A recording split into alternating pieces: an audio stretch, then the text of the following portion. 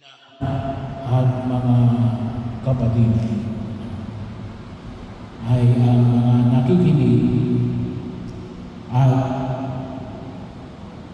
tumutupad ng salita ng Diyos. So bahagi yun, yung pamilya para ho sa ating mga Pilipino, mga Asyano, o maging sa mga Middle East. Tawagin natin ay Arab.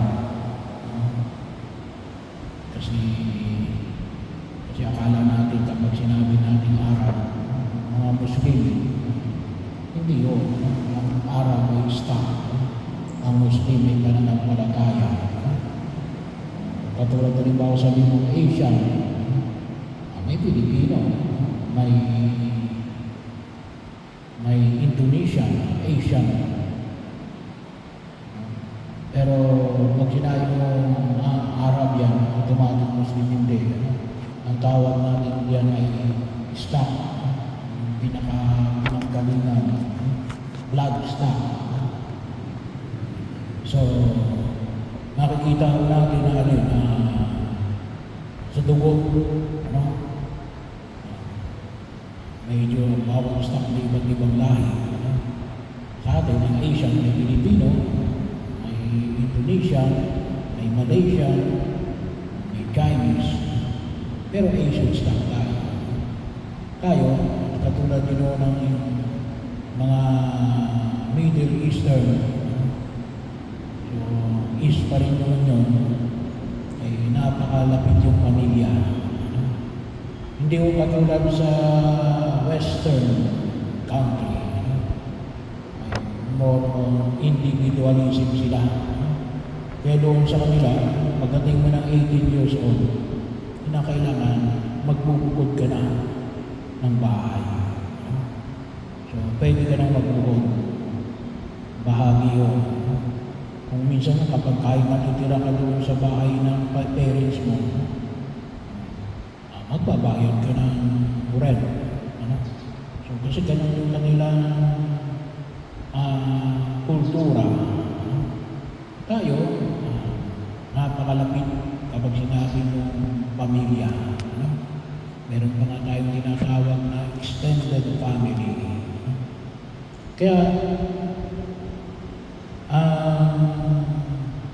imahe na ipinahayag dito ay hindi lamang sa dugo, ngunit saan ay mas malalim. Kasi alam naman natin kapag sa dugo, kasama na rin yun. Pero yung sumusunod at nakikinig at sumusunod sa salita ng Diyos. Yun ang aking ina at mga kapatid. Spiritual, yung pagkilos. Makita natin na kung saan ay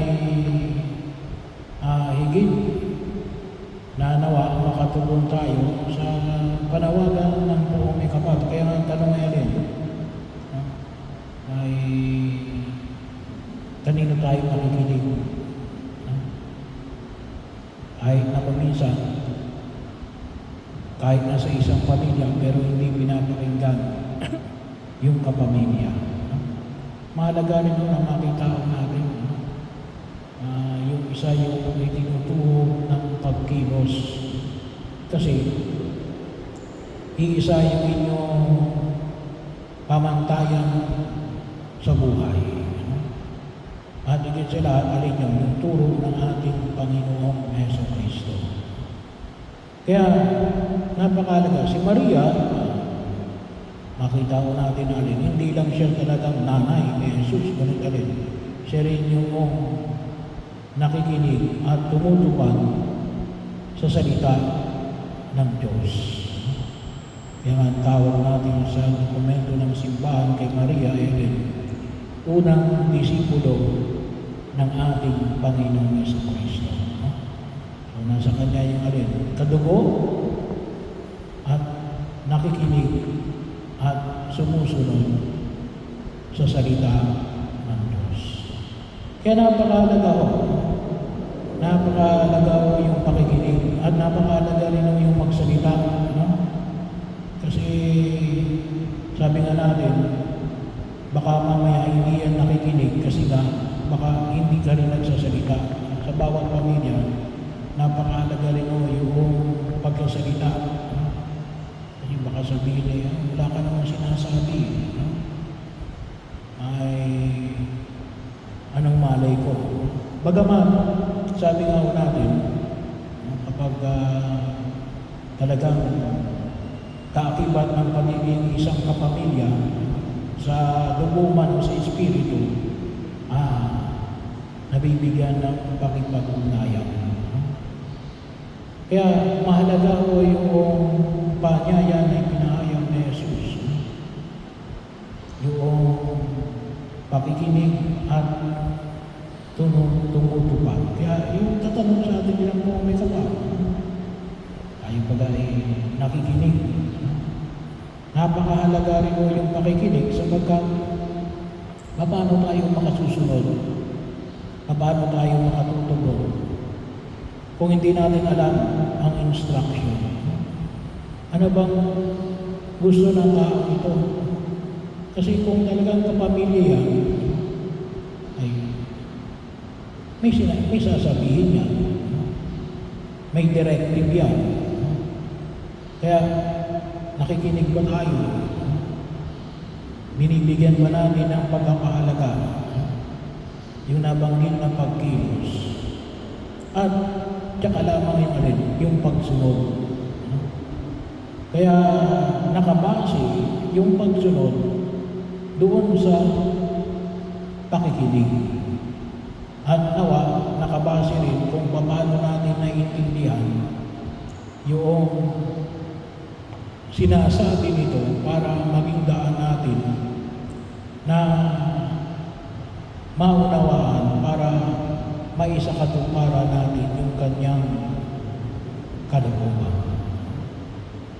Kaya nga makita ko natin, alam niyo maganda yung unang pagbasa.